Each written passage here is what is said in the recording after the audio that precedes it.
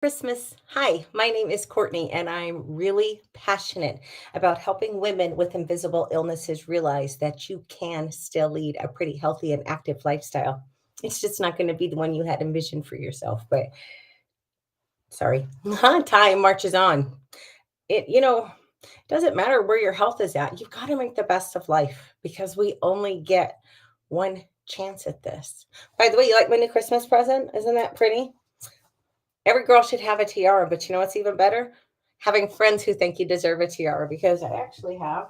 Oh, you can't see it. You can't see it back there. But I have another tiara behind me that was a gift. And then I do have a third tiara that I bought myself. That one's kind of cool. It's got little skulls on it, but I think this is so pretty. It's super sparkly.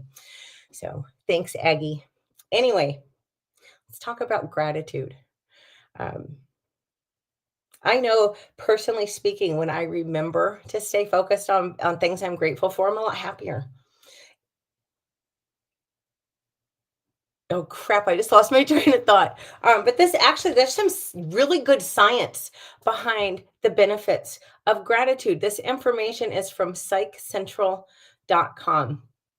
Number one, gratitude helps foster relationships. Well, certainly, we all like to be acknowledged. So when you express your gratitude, hey, that was so kind. When you help me with that, I really appreciate it. Or thanks for always being there when I need you. Thanks for stepping up.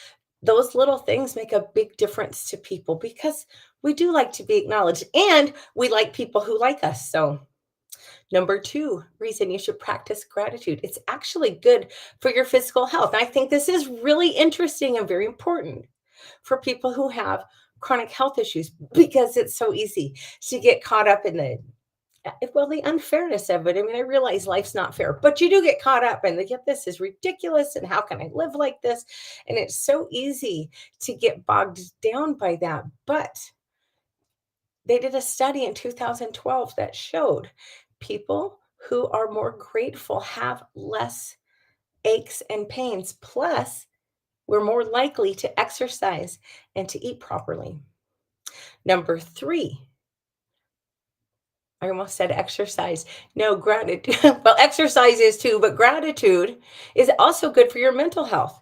It helps reduce really unpleasant, uncomfortable emotions like resentment, regret, frustration, envy, and multiple studies, good grief, have linked a sense of gratitude with your well-being. Number four, I kind of think this should be mandatory for people to practice gratitude, honestly. I mean, I know you can't force it, but number four, people who practice gratitude, they're less likely to be jerks. They have more sympathy. They're less aggressive. They're less likely to try to retaliate against somebody. Number five, driveway alarm. Number five, gratitude can improve your sleep. Isn't that crazy? But it makes sense, right? If you keep a gratitude journal, there was a study done in 2011 that showed a gratitude journal was linked with better sleep. Well, certainly, because this is why I used to journal at night. I need to get back into journaling, but I used to journal at night because then I could get my day off my chest and then I would put it out of my mind because I would finish my journal with entry with three things I was grateful for every day. Especially if you've got not even just health issues, if you've got a lot of stuff going on, excuse me, like most of us do, you really need you really need to keep a journal. We'll talk about that soon, but you really need to stop and appreciate the blessings that you have. And I know it's hard when you're freaking up to here and you're fed up and you're discouraged and you don't see any way out, but there is always a way out. And you really need to step back when you're on that precipice. When I was severely depressed and I started trying to practice gratitude, I I don't have anything to be grateful for. Well, what a load of crap. Because you know what? At the end of the day, if you've got a roof over your head, you should be grateful for that. If you have running water, you should be grateful for that. You have electricity, be grateful. Those three things put you ahead of so many people on this planet, and they're things that we tend to take for granted. But, living in Alaska, growing up in Alaska, we have entire communities that don't have running water. I mean, there's no infrastructure out there. What do you think happens if your house catches on fire and you can't get out? There is no one to call. There's no running water anywhere. It's pretty grim. So if you have that luxury, and it is a luxury, don't fool yourself. You should be grateful. I used to babysit for a woman ages ago, and she had adopted two little boys. Well, the younger one was from India. He was so stinking cute. And the orphanage that he had been in, he was 5, I think, when she adopted him. But the orphanage he had been in, he didn't have running water. He didn't have electricity. And when he first when Brenda first adopted him, it was obnoxious at the time because I was really young myself, but looking back, it was really the cutest thing.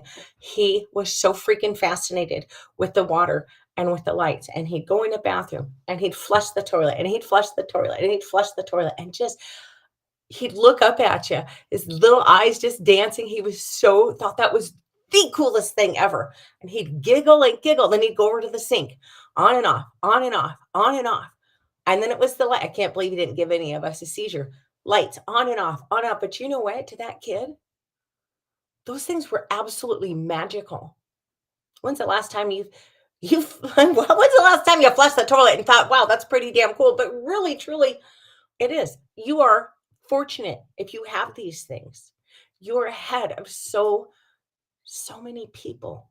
We need to take a moment to be grateful. Sorry, sidetracked. Number 6, practicing gratitude is really good for your self-esteem. There was a study done in 2014. Gratitude increases confidence. That's pretty damn cool. Other studies, they don't link. Other studies show that people who practice gratitude, they're less likely to engage in social comparison. Stop comparing yourself to other people. You have no idea what's really going on in their life. You just know what they've chosen to show you. And a lot of times, the people that we envy, we know literally nothing about them other than a very small public sliver. So don't compare yourself to others. And you know what else? This is one of my favorite things about gratitude. When you practice gratitude regularly, and you see somebody else, maybe one of your friends you guys both joined, I don't know, you both joined something at the same time and they're kicking ass and you're not. Well, if you practice gratitude regularly, instead of being envious and, oh, damn it, I want that. How dare she get ahead of me? If you practice gratitude, you're going to be sincerely and genuinely happy for other people's accomplishments because you realize it doesn't take anything away from you. And finally, number 7, this is also a really important feature for people who have health issues. Practicing gratitude, it increases your mental fortitude.